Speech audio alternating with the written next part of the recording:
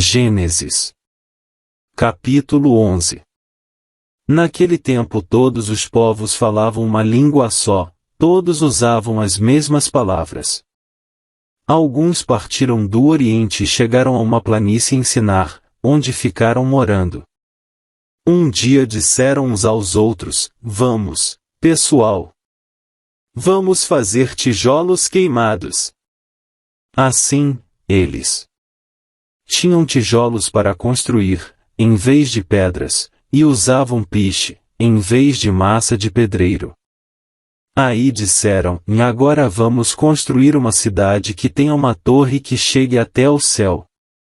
Assim ficaremos famosos e não seremos espalhados pelo mundo inteiro."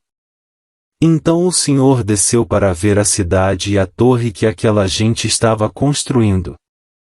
O Senhor disse assim: "Essa gente é um povo só, e todos falam uma só língua. Isso que eles estão fazendo é apenas o começo.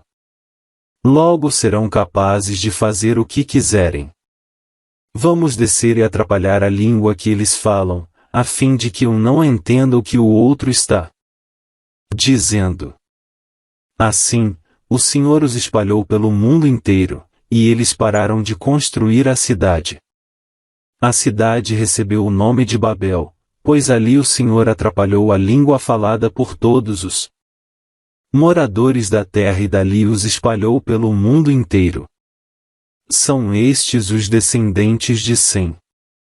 2 anos depois do dilúvio, quando Sem tinha 100 anos, nasceu o seu filho Arpaxade. Depois disso Sem viveu mais 500 anos e foi pai de outros filhos e filhas. Quando tinha 35 anos, Arpaxade foi pai de um filho chamado Selá. Depois disso Arpaxade viveu mais 403 anos e foi pai de outros filhos e filhas. Quando Selá tinha 30 anos, nasceu o seu filho Éber. Depois disso Selá viveu mais 403 anos e foi pai de outros filhos e filhas. Quando Éber tinha 34 anos, nasceu o seu filho Peleg. Depois disso Éber viveu mais 430 anos e foi pai de outros filhos e filhas. Quando tinha 30 anos, Peleg foi pai de um filho chamado Reu. Depois disso Peleg viveu mais 209 anos e foi pai de outros filhos e filhas. Quando Reu tinha 32 anos, nasceu o seu filho Serug. Depois disso Reu viveu mais 207 anos e foi pai de outros filhos e filhas. Quando Serug tinha 30 anos, nasceu o seu filho Naor. Depois disso Serug viveu mais 200 anos e foi pai de outros filhos e filhas. Quando Naor tinha 29 anos, nasceu o seu filho Tera. Depois disso Naor viveu mais 119 anos e foi pai de outros filhos e filhas. Depois que completou 70 anos de idade, Tera foi pai de 3 filhos, Abrão, Naor e Harã. São estes os descendentes de Tera, que foi o pai de Abrão, de Naor e de Harã. Harã foi o pai de Ló. Tera ainda vivia quando seu filho Harã morreu na Babilônia, na cidade de Ur, onde havia nascido. Abrão casou com Sarai, e Naor casou com Milca. Milca e Isca eram filhas de Harã. Sarai não tinha filhos, pois era estéril. Tera saiu da cidade de Ur, na Babilônia, para ir até a terra de Canaã, e levou junto seu filho Abrão, o seu neto Ló, que era filho de Harã, e a sua nora Sarai, que era mulher de Abrão. Eles chegaram até Harã e ficaram morando ali. E Tera morreu em Harã, com a idade de 205 anos. Neemias. Capítulo 1. Esta é a história de Neemias, filho de Acalias. No mês de Quisleu, no ano 20 do reinado de Artaxerxes, rei da Pérsia, eu, que me chamo Neemias, estava em Suzã, a capital do país. Anani, um dos meus irmãos, chegou de Judá com um grupo de outros judeus. Então eu pedi notícias da cidade de Jerusalém e dos judeus que haviam voltado do cativeiro na Babilônia. Eles me contaram que aqueles que não tinham morrido e haviam voltado para a província de Judá estavam passando por grandes dificuldades. Contaram também que os estrangeiros que moravam ali por perto os desprezavam. Disseram, finalmente, que as muralhas de Jerusalém ainda estavam caídas e que os portões que haviam sido queimados ainda não tinham sido consertados. Quando ouvi isso, eu me sentei e chorei. Durante alguns dias, eu fiquei chorando e não comi nada. E fiz a Deus esta oração: Ó Senhor, Deus do céu, Tu és grande, e nós te tememos. Tu és fiel e guardas a tua aliança com aqueles que te amam e obedecem aos teus mandamentos. Olha para mim, ó Deus, e ouve as orações que faço dia e noite em favor dos teus servos, o povo de Israel. Eu confesso que nós, o povo de Israel, temos pecado. Os meus antepassados e eu temos pecado. Com os nossos atos, temos pecado contra ti, não temos obedecido aos teus mandamentos. Não. Temos obedecido às leis que nos deste por meio de Moisés, teu servo. Lembra agora do que disseste a ele, e se vocês, o povo de Israel, forem infiéis a mim, eu os espalharei entre as outras nações. Mas, se depois disso, vocês voltarem para mim e obedecerem aos meus mandamentos, eu os trarei de volta para o lugar que escolhi para ali ser adorado, mesmo que vocês estejam espalhados pelos fins da terra. Senhor, estes são teus servos, o teu povo. Tu os livraste do cativeiro com o teu grande poder e com a tua força. Ouve agora a minha oração e as orações de todos os outros teus servos que têm prazer em te adorar. Faze com que eu tenha sucesso hoje e que o rei seja bondoso comigo.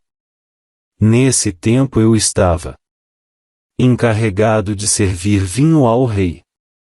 Neemias. Capítulo 2.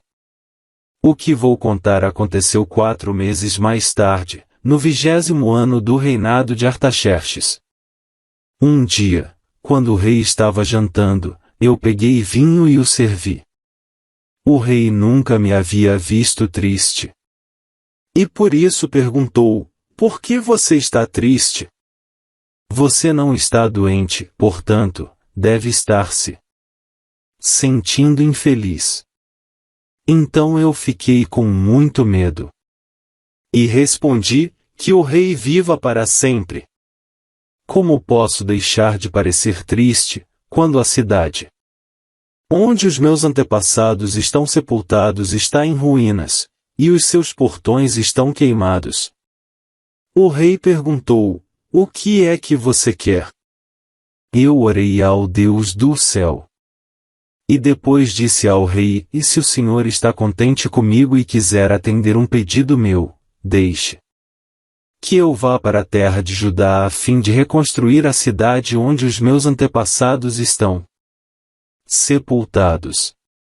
Aí o rei, tendo a rainha sentada ao seu lado, concordou com o meu pedido. Ele perguntou quanto tempo eu ficaria fora e quando voltaria. E eu disse: então pedi ao rei um favor, que me desse cartas para os governadores da província do Eufrates Oeste, com instruções para que me deixassem passar até chegar à região de Judá. Também pedi uma carta para Asaf, o guarda florestal do rei, mandando que me desse madeira para fazer os portões da fortaleza que protege o templo e para fazer as muralhas da cidade e a casa onde eu iria morar. E o rei me deu tudo o que pedi, porque Deus estava comigo. O rei mandou que fossem comigo alguns oficiais do exército e uma tropa da cavalaria.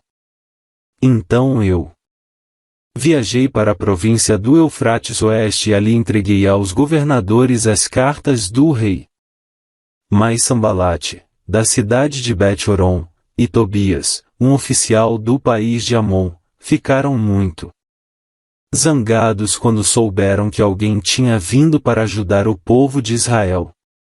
Eu cheguei a Jerusalém e durante 3 dias não contei a ninguém o que pensava fazer pela cidade de acordo com o que Deus havia posto no meu coração.